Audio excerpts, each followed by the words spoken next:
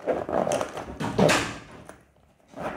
semuanya guys, balik lagi di video saya. Ini saya barusan habis beresin make up. Saya habis make up karena mau buat video ini. Oke, di video ini saya pengen ngebahas, pengen sharing sama kalian berbagi cerita, cerita-cerita panic attack saya yang muncul. Dan itu ketakutannya itu konyol gitu menurut saya. Jadi setelah saya pikir-pikir sekarang, kayaknya ini seru juga kalau kita angkat di video ini, terus saya ceritakan sama kalian kejadian-kejadian konyol, ketakutan-ketakutan konyol saya pada saat saya kena panic attack. Oke, dicek videonya.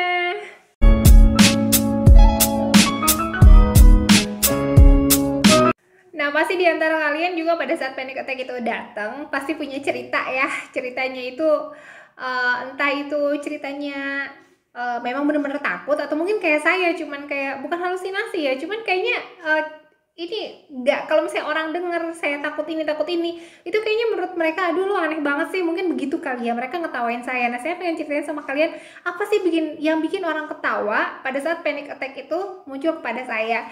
Nah, yang pertama guys, saya takut rumah saya runtuh guys. Jadi ini ceritanya itu tahun lalu itu beberapa tahun lalu deh. Jadi kan rumah saya 2 lantai, terus hujan turun terus, tiba-tiba dari dinding bawah itu rembes air gitu. Nah, itu kan cuacanya dingin, terus itu waktu menjelang Januari Februari gitulah guys, itu kan musim hujan banget. Terus saya keluar rumah, terus pas keluar rumah dinding rumah saya yang samping itu saya lihat dari mobil pas saya pulang, itu kok ada retak-retak gitu loh guys, kayak retak rambut. Terus saya langsung takut, saya langsung keluar, terus saya cerita sama tetangga saya, itu takut rumahnya rubuh karena udah retak-retak guys. Terus saya keliling ke rumah tetangga gitu, oh ternyata mereka juga ada retak-retak. Dan pas saya cerita sama tetangga saya tentang retak-retak itu, ya setiap rumah pasti ada retak rambutnya, cuman memang mereka itu menutupi dengan cat jadi nggak kelihatan gitu katanya guys. Nah, sejak saat itu saya udah nggak khawatir lagi kalau di rumah ada retak rambut, ya tinggal dicat aja gitu guys. Itu, dan saya sempat diketawain sih sama teman-teman saya waktu itu. Nah, yang kedua, saya itu kalau di mata gitu kan, saya lihat ada titik hitam di dalam mata saya, di dalam sini.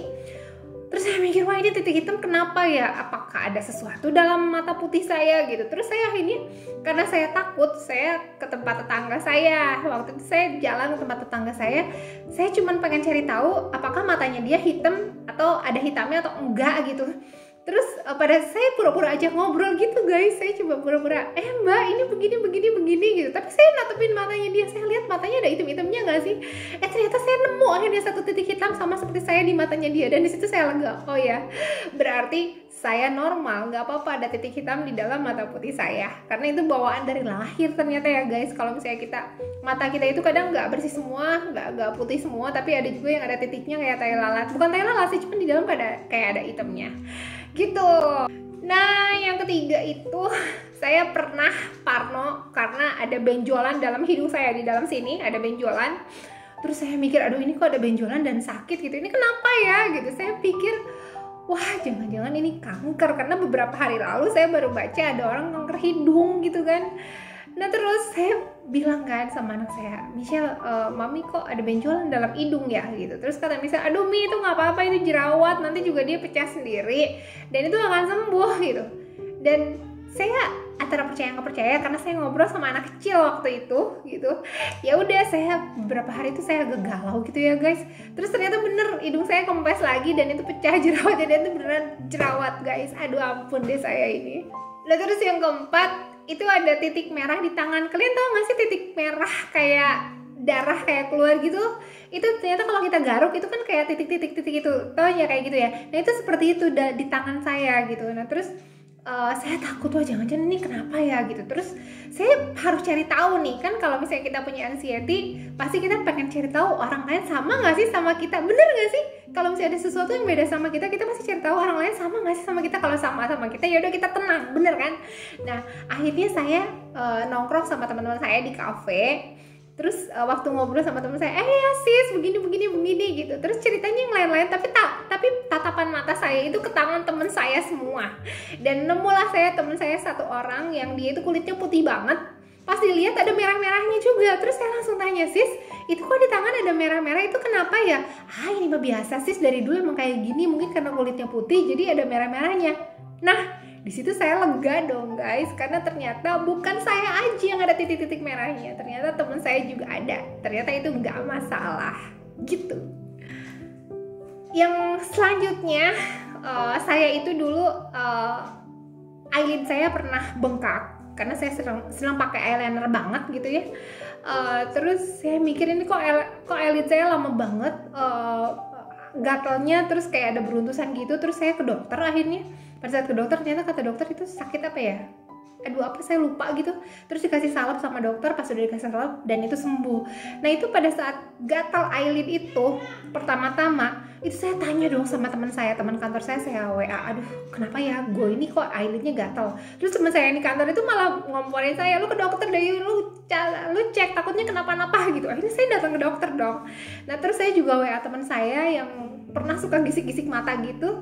Terus kata teman saya itu nggak apa-apa yuk, gue mah sering banget kayak begitu. Tapi saya tetap nggak percaya. Setelah ke dokter, saya tanya sama dokter itu nggak apa-apa, ternyata udah reaksi alergi. Jadi saya kan punya alerginya tuh banget ya guys. Jadi kalau stres dikit atau misalnya ini kan kena sama eyeliner, mungkin eyelinernya keras dan mengiritasi eyelid saya, jadinya saya gatal-gatal gitu. Nah dari situ saya udah tenang. Jadi sekarang kalau eyelid saya mulai gatal, saya udah oh iya berarti saya salah makan, atau saya eyelinernya nggak cocok sama saya, atau makeupnya nggak cocok untuk saya, jadi ya udah makeupnya kasihin ke teman saya gitu guys. Pernah juga saya ngalamin yang namanya rambut rontok. Jadi rambut ini tinggal segini guys karena saya rontok rambutnya. Nah ternyata pada saat rambut rontok itu saya nyisir gitu ya, terus saya bangun tidur kok di bantal saya banyak rontokan rambut gitu kan. Nah terus saya tanya sama adik saya, aduh rambut Teh Ayu kok rontok ya, kenapa gitu kan. Terus kata adik saya, nggak apa-apa Teh, iya juga sama kok, rambut pada rontok udah sampai tipis gitu. Cuman saya tetap nggak percaya, saya cari tahu lagi ke teman saya yang lain gitu kan. Terus saya takutnya itu gejala kanker, karena saya baca di internet itu kan katanya kalau rambut rontok kebanyakan itu kanker gitu ya. Terus ternyata saya jalanin sampai sekarang saya baik-baik aja guys, dan rambut saya udah nggak rontok sekarang. Ternyata itu hanya karena saya salah sampo, jadi samponya nggak cocok dan saya tuh orang yang alergian, jadi nggak bisa kalau pakai sampo yang terlalu keras. Jadi saya lebih kepada pakai bahan yang alami, dan ternyata setelah saya pakai sampo yang alami, saya malah jadi lebih bagus rambutnya dan nggak rontok lagi gitu guys. Ya, yang selanjutnya saya tuh punya radang amandel. Jadi waktu kecil itu memang saya sering sakit tenggorokan, terus amandel tuh kayaknya sering ganjel gitu, sering bengkak ya guys dari kecil. Cuman karena mungkin dari kecil itu saya belum punya anxiety disorder, jadi saya biasa aja. Jadi dulu saya sering cerita sama nenek saya, aduh kok Ayu nelennya sakit gitu ya. Tapi nenek saya tenangin tuh nggak apa-apa gitu, minum aja yang banyak dan itu sembuh lagi. Nah pada saat udah punya anxiety disorder, tiap kali saya sakit tenggorokan, saya cari browsing di internet. Ada yang bilang kanker tenggorokan, segala macem lah. Saya makin parno dong guys. Terus saya cek ke dokter. Pas cek ke dokter saya ada benjolan nggak di situ, kok saya nelen kayak ada ganjel gitu. Kata dokter nggak ada bu, itu cuma radang aja, radang tenggorokan. Radangnya juga nggak banyak kok, jadi bu nggak usah khawatir, minum air hangat gitu. Nah setelah dari situ saya udah cek ke dokter dan saya ngerasa tenang. Oh iya, berarti tiap kali saya tenggorokannya kayak tegang atau apa, itu efek dari asam lambung yang naik ke tenggorokan, kayak kering gitu tapi nggak satisfied gitu ya, udah minum kok nggak satisfied. Atau mungkin saya ada radang karena salah makan, salah micin atau apa, minyak segala macam, itu bikin tenggorokan saya nggak enak gitu kan. Terus waktu itu saya pertama-tama saya punya mobil yang sekarang ini, itu kan masih baru ceritanya guys. Terus kalau ngerem itu bunyi ngik gitu, kalau saya narik rem tangan ngik gitu. Saya langsung tanya, ini kenapa sih nggak mulu? Awalnya saya nggak pernah perhatiin. Saya tanya mas papinya Rio, itu kenapa sih mobil kalau tarik rem tangan ngik gitu bunyi? Terus kata papinya, itu kan rem cakram ya, wajar ya kayak gitu, berarti remnya bagus gitu. Saya nggak percaya sama dia, dan saya pas parkir di rumah sakit mau nganter terapi, saya ngangkat rem gitu. Terus saya tanya sama tukang parkir, Pak bunyi nggak? Iya bunyi bu, kenceng banget gitu katanya kan. Bu mendingan cek deh ke bengkel, takutnya kenapa. Akhirnya saya ke bengkel guys, pulang dari sana saya cek, ternyata katanya mobil saya itu memang remnya bagus. Jadi kalau misalnya narik rem ke atas ngik gitu, dan memang semua mobil tipe saya itu seperti itu. Nah terus pas saya balik lagi ke rumah sakit, ketemu lagi sama tukang parkir yang lain. Nah dia parkirin mobil saya. Terus saya bilang, itu mobilnya kok pada saat ngangkat rem tangan ngik. Oh iya bu, kata si mas itu kan. Saya juga suka parkirin, memang kalau mobil tipe yang ibu punya ini memang kalau narik rem tangan ngik semua. Oh ternyata sama, berarti saya kemarin cuman galau gak jelas gitu guys, gak penting banget. Oke, terus selanjutnya waktu itu saya pernah pergi ke sebuah kafe pulang sekolah, nganter Michelle les, terus saya ke kafe sama Rio, ceritanya mau nunggu Michelle biar nggak pulang ke rumah. Terus pas saya turun dari mobil, terus saya pulangnya, pas saya pulang kok saya melihat kok mobil saya bannya agak ngelopek sedikit banget. Terus saya langsung galau, wah gila, jangan-jangan ini nanti meledak terus nanti pecah, takutnya mobil saya kenapa-napa. Saya langsung ke bengkel mobil saya, terus saya tanya ini kenapa gitu. Saya hampir ganti ban saat itu, cuman si masnya bilang, bu ini sebenarnya nggak apa-apa kalau ngelepek segini aja, nggak masalah kok, ini kan bannya tebal, tapi kalau ibu mau ibu saya gantiin pakai serep. Akhirnya gantilah itu belakang pakai serep. Dulu banget saya pernah ngalamin yang namanya sariawan di lidah. Itu sakit karena saya tuh jarang banget saya kena sariawan ya guys. Jadi sekalinya saya sariawan saya kaget ini kenapa sih gitu. Dan waktu itu baru-baru ada saudara saya yang meninggal karena kanker lidah. Nah saya takut guys. Terus saya teleponin adik saya bolak-balik. Adik saya kan punya anak banyak, ada anaknya 3. Terus dia ditelepon kadang nggak angkat. Terus saya nangis sendiri, aduh takut gitu kan. Itu zaman-zaman saya anxiety-nya parah sekitar 5 tahun lalu. Terus akhirnya ada saya ngangkat, terus saya nangis, ini kenapa ya lidah teh Ayu kok begini. Terus katanya nggak usah teh, nggak usah takut, nggak apa-apa, nanti juga sembuh sendiri, coba aja dikumur pakai air garam terus pakai apa. Dan ternyata beberapa hari kemudian bener saya sembuh guys. Aduh ampun, parah banget deh ini cerita.